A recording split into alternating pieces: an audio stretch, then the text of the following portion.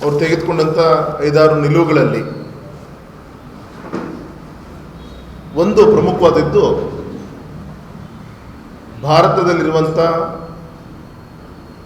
ಪಾಕಿಸ್ತಾನಿಗಳು, ಪಾಕಿಸ್ತಾನದ ಪ್ರಜೆಗಳು 48 ಗಂಟೆ ಒಳಗೆ ಭಾರತ ಬಿಟ್ಟು ತೆರಳಬೇಕು ಅಂಥೇಳಿ ನಿರ್ದೇಶನವನ್ನು ನೀಡಿದ್ದು ಅತ್ಯಂತ ಗಮನಾರ್ಹವಾದಂಥ ಒಂದು ವಿಚಾರ. ಗೌರವಾನ್ವಿತ ಗೃಹ ಸಚಿವರ ಅಮಿತ್ ಶಾ ಜಿಯವರ ಒಂದು ನೇತೃತ್ವದಲ್ಲಿ ಎಲ್ಲ ರಾಜ್ಯ ಸರ್ಕಾರಗಳು ಕೂಡ ಈ ಸಂದೇಶವನ್ನು ಅಧಿಕೃತವಾಗಿ ರವಾನೆಯನ್ನು ಕೂಡ ಮಾಡಿದ್ದಾರೆ. ಅಲ್ಲಿರುವಂಥ ಪಾಕಿಸ್ತಾನ ಪ್ರಜೆಗಳು ನಮ್ಮ ಭಾರತದ ಸಿಟಿಸನ್ಶಿಪ್ಪನ್ನು ಯಾರು ತೆಗೆದುಕೊಳ್ಳದೆ ಅನಧಿಕೃತವಾಗಿ ಬೇರೆ ಬೇರೆ ವ್ಯವಹಾರಿಕವಾಗಿರ್ಬೋದು, ಹೆಲ್ತ್ ಚೆಕಪ್ ದೃಷ್ಟಿಯಿಂದ ಇರ್ಬೋದು, ನುಸುಳುಕೋರರು ಇರ್ಬೋದು, ಈ ಥರ ಯಾರ್ಯಾರು ಈ ದೇಶದ ಯಾವ್ಯಾವ ರಾಜ್ಯಗಳಲ್ಲಿ ಇದ್ದಾರೆ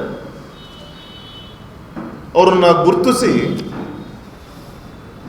ಗೌರವಪೂರ್ವಕವಾಗಿ ಅವರ ದೇಶಕ್ಕೆ ಮರುಕಳಿಸಬೇಕು ಅಂಥೇಳಿ ಕೇಂದ್ರ ಸರ್ಕಾರ ಆದೇಶವನ್ನು ಮಾಡಿದೆ. ಹಾಗಾಗಿ ಈ ಸಂದರ್ಭದಲ್ಲಿ ಭಾರತೀಯ ಜನತಾ ಪಕ್ಷ ಆಡಳಿತದಲ್ಲಿರುವಂಥ ಎಲ್ಲ ರಾಜ್ಯಗಳಲ್ಲೂ ಕೂಡ ಅತ್ಯಂತ ಯಶಸ್ವಿಯಾಗಿ ಪಾಕಿಸ್ತಾನ ಪ್ರಜೆಗಳನ್ನು ವಾಪಸ್ ಕಳಿಸುವಂಥ ಕಾರ್ಯದಲ್ಲಿ ಗಮನವನ್ನು ಕೊಡ್ತಾ ಇದ್ದಾರೆ.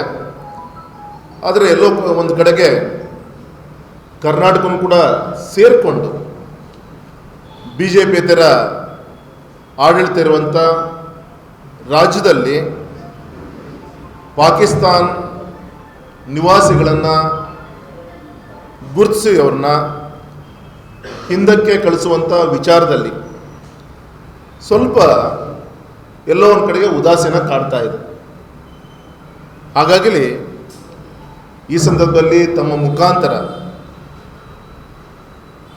ಇನ್ನೂ ಕೂಡ ಕರ್ನಾಟಕದಲ್ಲಿ ಕೆಲವು ಪಾಕಿಸ್ತಾನ ಪ್ರಜೆಗಳು ಅಲ್ಲಿ ಇಲ್ಲಿ ಓಡಾಡ್ತಿದ್ದಾರೆ ಅಂಥೇಳಿ ಮಾಹಿತಿನೂ ಕೂಡ ಕೇಂದ್ರ ಸರ್ಕಾರಕ್ಕೆ, ರಾಜ್ಯ ಸರ್ಕಾರಕ್ಕೆ ಕೂಡ ಈಗ ಆಲ್ರೆಡಿ ಮಾಹಿತಿ ಇದೆ.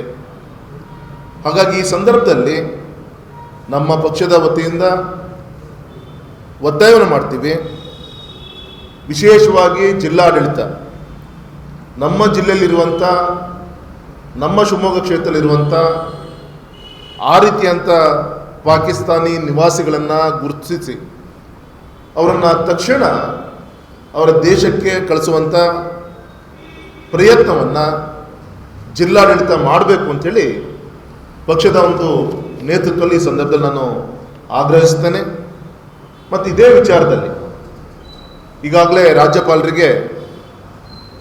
ರಾಜ್ಯಪಾಲರು ಕೂಡ ರಾಜ್ಯ ಸರ್ಕಾರಕ್ಕೆ ನಿರ್ದೇಶನವನ್ನು ನೀಡಬೇಕು. ರಾಜ್ಯದ ಯಾವುದೇ ಬೇರೆ ಬೇರೆ ಜಿಲ್ಲೆಗಳಲ್ಲಿ ಯಾರು ಪಾಕಿಸ್ತಾನ ನಿವಾಸಿಗಳು ಇದ್ದಾರೆ 24 ಗಂಟೆ ಒಳಗೆ ಅವರು ಕಳಿಸ್ಲಿಕ್ಕೆ ರಾಜ್ಯ ಸರ್ಕಾರಕ್ಕೆ ನಿರ್ದೇಶನವನ್ನು ನೀಡಬೇಕು ಅಂಥೇಳಿ ಇದರ ಮುಖಾಂತರ ರಾಜ್ಯಪಾಲರಿಗೂ ಕೂಡ ನಿಮ್ಮ ಪತ್ರಿಕಾಗೋಷ್ಠಿ ಮುಖಾಂತರ ವಿನಂತಿಯನ್ನು ಕೂಡ ಮಾಡ್ಕೊತ